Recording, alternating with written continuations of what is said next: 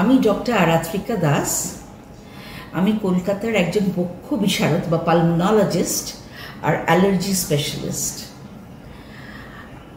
আপনারা তো অনেকেই জানেন, শীতকালে যাদের বুকের কষ্ট থাকে বা শ্বাসকষ্ট হয় তাদের আরও অনেক প্রবলেম বেড়ে যায়। অনেককেই বলতে শুনেছি এবং দেখেছি যে যাদের শ্বাসকষ্টের অসুখ আছে, যে কোনো রকমের শ্বাসকষ্টের অসুখ আছে, তারা কিন্তু শীতকালকে খুব ভয় পায়। এখন তো গরমকাল চলছে কলকাতায়, এখানে টেম্পারেচার আর হিউমিডিটি খুবই বেশি, কিন্তু গরমকালেও অনেক অসুখ আছে যেগুলো বেড়ে যায়। এবং কি করলে গরমকালের সেই অসুখ নিয়ে একজন পালমোনোলজিস্টের কাছে দেখা করতে হয়, সেইটা নিয়ে আমি আজ দু একটা কথা বলব। তাহলে কি গরমকালে কি হয় যাতে করে শ্বাসকষ্ট অনেক সময় বাড়তে পারে? একটা হচ্ছে ভেরি হাই টেম্পারেচার, খুব বেশি যদি গরম পড়ে বা হিউমিডিটি যদি খুব বেশি হয়, শরীরে কিন্তু স্বাভাবিক কারণে একটা ডিহাইড্রেশন হয়, জল কমে যায়। সো 1 নম্বর জিনিস হচ্ছে গরমকালে প্রচুর জল খেতে হয়, শরীরের আর্দ্রতা মেনটেন করতে হয়।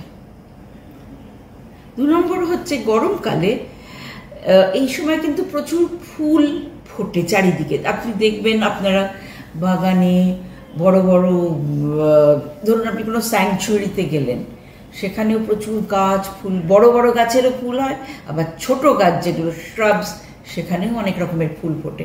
সো আকাশের মধ্যে ফুলের রেণু কিন্তু প্রচুর ফ্লোট করে। এবারে যাদের অ্যালার্জি আছে সেগুলোতে, তাদের ওপর কিন্তু এর প্রকোপ পড়ে। তখন যাদের শ্বাসকষ্ট আছে, শ্বাসকষ্ট সঙ্গে অ্যালার্জি আছে, তাদের কিন্তু অসুখটা বেড়ে যায়। সেই জন্য গরমকালে যদি কারোর মনে হয় কাশি, শুকনো কাশি, ধরুন বেশিরভাগ রাত্রিরে অনেক দিন, মানে ধরুন 3 সপ্তাহ হয়ে গেছে, নানান ওষুধ খাচ্ছেন, অ্যান্টিবায়োটিক খাচ্ছেন, এই কাফ সিরাপস খাচ্ছেন, তবুও সারছে না, সেটা কিন্তু একটা ইন্ডিকেশন আপনাদের বক্ষ বিশারদ চেস্ট স্পেশালিস্টের কাছে যাবার। আর একটা হচ্ছে গরমকালে অনেকেরই সাঁই সাঁই আওয়াজ যেটা মুখ থেকে হয়, সেটা বেড়ে যায়। তাহলেও আপনাদের হয় আপনাদের বাড়ির ডাক্তারবাবুর সঙ্গে পরামর্শ করে বা ডাইরেক্টলিও কোনো বক্ষ বিশারদের সঙ্গে দেখা করতে পারেন। 3rd জিনিস হচ্ছে গরমকালে কিন্তু এসি খুব ভালো একটা মেশিন গরমকালের জন্যে। এসির জন্যে পারসে কারোর কোনো ক্ষতি হয় না, কিন্তু গরমকালে যদি এসি ঠিকঠাকভাবে মেনটেন করা না হয়, তাহলে কিন্তু সেটা থেকে বুকের অনেক অসুখ হতে পারে। তার মধ্যে একটা অসুখ যেরকম আমি বলছি, লিজেনেলা নিউমোনিয়া হতে পারে। আরও কিছু অসুখ হতে পারে, কীরকম না, ফাঙ্গাল ইনফেকশন বা ফাঙ্গাল নিউমোনিয়া খুব বেশি দেখা যায়, সেটা ওই এসিড থেকে দেখা যায়। সো এই ধরনের অনেক অসুখ গরমকালেও কিন্তু বাড়তে পারে। তো সেই জন্যে আপনাদের সাবধান থাকতে হবে, প্রচুর জল খেতে হবে এবং ডাক্তারের পরামর্শ নিতে হবে।